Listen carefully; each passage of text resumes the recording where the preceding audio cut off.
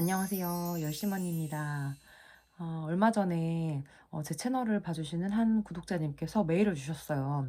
아마 지금 이 영상을 보고 계실지도 모르겠는데, 따님 대학 진로 관련해서 이제 여쭤보고 싶으시다면서 정말 진심을 다하셔서 써내려간 메일을 한 통 받아봤습니다. 사실 이 채널을 운영하면서 취업을 준비하는 취준생분들이 이제 취업 관련해서 뭐 면접 어떻게 봐요? 어딘 어떤가요? 이런 식으로 취업 관련 메일을 주신 경우는 많았어요. 근데 이렇게 부모님께서 진짜 진실된 마음으로 메일을 주신 경우는 처음이어 가지고 저도 마음이 굉장히 많이 갔고, 실제로 저도 여동생이 있거든요. 그래서 여동생이 생각나기도 하고 해서 메일을 주고받았던 기억이 있습니다. 그러다가 내 경험이 좀 더 도움이 될 수 있는 콘텐츠가 뭐가 있을까를 고민을 해 보게 되었고, 누구보다도 정말 열심히 채웠던 제 대학 시절 중에 지금 생각을 해 봐도 '아 이건 잘했다.' 싶은 게 뭐가 있을까?'를 한번 생각해 봤어요. 그리고 나서 이 내용을 한번 공유를 합니다. 첫 번째, 교환학생이에요. 이거는 진짜 정말 제가 첫째로 꼽을 정도로 지금까지 쭉 누구에게나 추천을 했던 경험이에요. 실제로 요새 웬만한 대학교에 다 교환학생 운영되고 있잖아요. 그러니까 "왜 꼭 교환학생을 추천하는 거예요? 어학연 수랑 다른 게 뭔데요?" 라고 물어보시는 분들이 있을 것 같아서 설명을 한번 드려 볼게요. 교환학생은 말 그대로 학교끼리 학생을 교환을 하는 취지의 프로그램이에요. 그러니까 비용이나 뭐 이런 부분은 차치하더라도 강력한 장점이 있어요. 뭐냐면 현지 학교에서도 학점 이수가 가능하다는 거예요. 이 말은 즉 내가 원하는 과목을 현지 학교에서 듣고 그 학점을 한국의 내 모교에서 인정을 받을 수 있다는 거예요.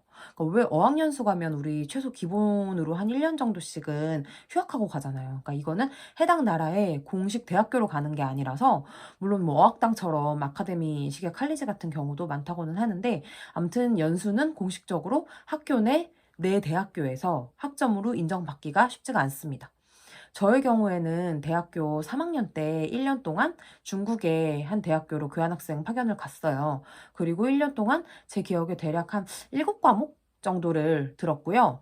20학점 정도를 이수를 하고 돌아왔습니다. 그러니까 만약 제가 어학연수로 1년을 휴학을 했다면 그대로 1년이 그냥 미뤄지는 건데, 교환학생을 통해서 현지 학교에서 수업을 들었고 이 학점을 따옴으로써 한국의 내 모교에서 한 학기 정도를 인정을 받을 수 있었던 거예요. 그러니까 결론적으로 여기서 세이브했던 한 학기라는 시간을 저는 4학년이 되면서 인턴십을 하는 데에 쓸 수 있었습니다. 두 번째, 대외 활동이에요. 대외 활동 종류 진짜 정말 정말 다양해요. 저 때도 그랬는데 요새는 더 많아졌겠죠? 그 기업에서 운영하는 뭐 대학생 뭐 홍보대사 같은 것부터 기자단, 뭐 봉사활동, 뭐 대학끼리 연합으로 진행하는 활동도 많아요. 그러니까 저는 대학 시절에 거의 1학년 1학기를 마치자마자 대외 활동을 하기 시작을 했고요. 1학년 때는 사실 제가 원하는 방향을 잘 몰라서, 그러니까 쉽게 말하면 그냥 어디든 좋게 보일 수 있는 그런 봉사활동부터 시작을 했어요. 그리고 2학년이 되면서 이제 제 관심 분야가 생겨 가지고 관심 기업에서 주최하는 대외 활동이나 뭐 학교 홍보대사, 뭐 공모전 활동, 해외 봉사단 뭐 이런 류의 대외 활동에 참여를 한 경험이 있습니다. 그러니까 "왜 대외 활동을 추천하냐?"라고 물어보시면, 우선 뭐 취업을 하든 무얼 하든 결국에는 사람과 사람이 어우러져서 살아가는 세상이잖아요. 누군가와 팀이 되어서 공동의 목표를 위해서 활동을 한다는 것 자체가 제 자신이 성장을 하는 데 큰 경험이 되었던 것 같고요. 실제로 취업 준비를 하면서 이 경험들이 진짜 엄청 큰 빛을 발휘를 하는 걸 느꼈습니다. 누구나 쓸 수 있는 뭐 정형화된 그런 멘트들이 아니라, 특히 자소서를 쓸 때 저는 정말 제 경험에서 나온 그런 에피소드들을 예시로 들면서 자소서를 썼거든요. 그리고 뭐 면접에서도 이거를 활용하면서 이제 이야기를 하니까 주목을 받은 경우가 굉장히 많았어요. 그리고 제가 이제 직장 생활 11년 차인데, 만약에 제가 후배가 들어온다고 하면 뭐 자격증 하나 더 있고 뭐 학점이 뭐 얼마 더 높고 이런 친구보다는 뭐 이런 활동도 해 보고 저런 활동도 해 보고 뭐 갈등 상황도 겪어 보고 협력도 해 보고 이렇게 다양한 경험을 했던 친구를 원하는 건 누구나 동일하지 않을까요?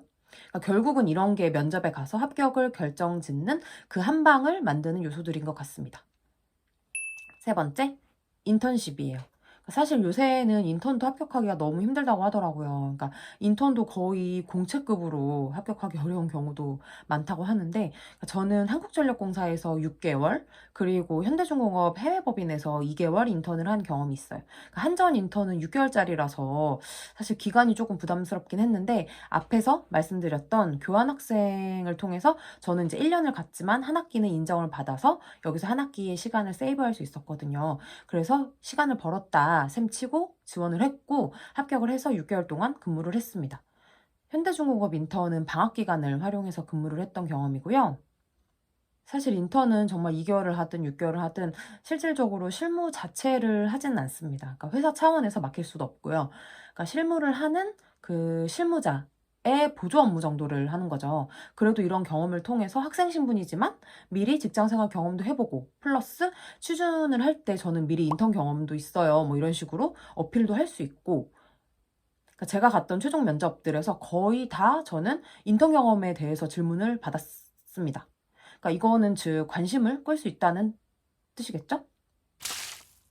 오늘은 이렇게 시간을 거슬러 올라가서 제 대학생 때 그 경험을 가져와 보았습니다. 물론 전공 공부랑 학교 내 생활도 굉장히 중요해요. 다만 우리 이제 뭐 1학년 때는 새학기 적응하느라 뭐 노느라 친구 사귀느라 바쁘고, 2학년 때는 전공 기초 들어가니까 공부 좀 해야지 마음 막 다잡다가, 3학년 되면 전공 심화 들어가니까 막 왜 이렇게 어려워 막 정신없잖아요. 그러다가 4학년 되니까 와, 아무것도 안 했는데 취업 준비하래. 이렇게 되면 안 되잖아요. 그러니까 이렇게 되지 않으셨으면 하는 마음에서 만들어 본 영상입니다. 이 영상이 도움이 되셨다면 구독과 좋아요 한번 눌러주세요. 오늘도 영상 봐주셔서 감사합니다.